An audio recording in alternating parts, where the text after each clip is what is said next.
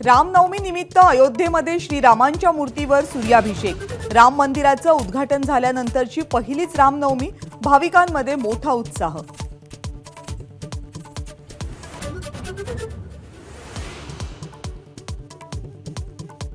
रामनवमी निमित्त नाशिकच्या काळाराम मंदिरात भक्तांची गर्दी। मुंबईतल्या वडाळा भागातील मंदिरातही सकाळपासून मोठ्या रांगा।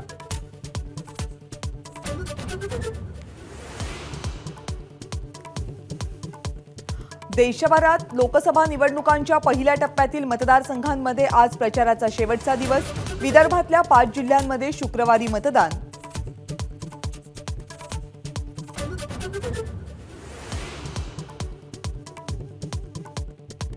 आम्ही निधी देतोय, तुम्ही बटन दाबा, नाहीतर हात अखडता घ्यावा लागेल। इंदापूरच्या कार्यक्रमात अजित पवारांचं वादग्रस्त वक्तव्य।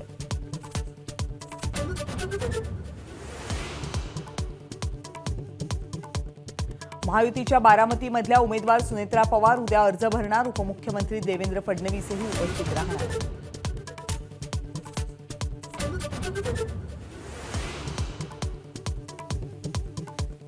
नाशिकची जागा शिवसेनेलाच मिळणार, दीपक केसरकर यांचं वक्तव्य। महायुतीचे प्रमुख नेते उद्या पत्रकार परिषद घेणार असल्याची माहिती।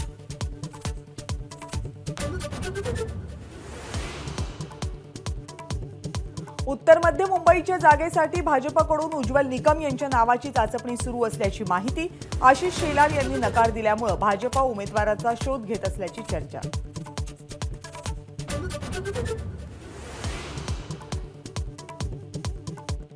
अमरावतीमध्ये राणा दाम्पत्यानं घेतली अभिजित अडसूळ यांची भेट। अडसूळ आणि राणा कुटुंबियांमधला अनेक वर्षांचा वाद शमला का, अशी जोरदार चर्चा।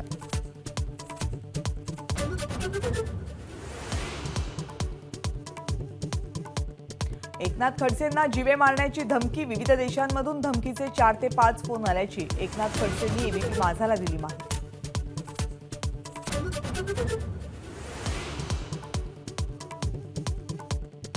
घराबाहेर गोळीबार करण्यामागे सलमानला घाबरवणं होता मुख्य हेतू। दोनही आरोपींच्या तपासातून क्राईम ब्रांचला मिळाली माहिती।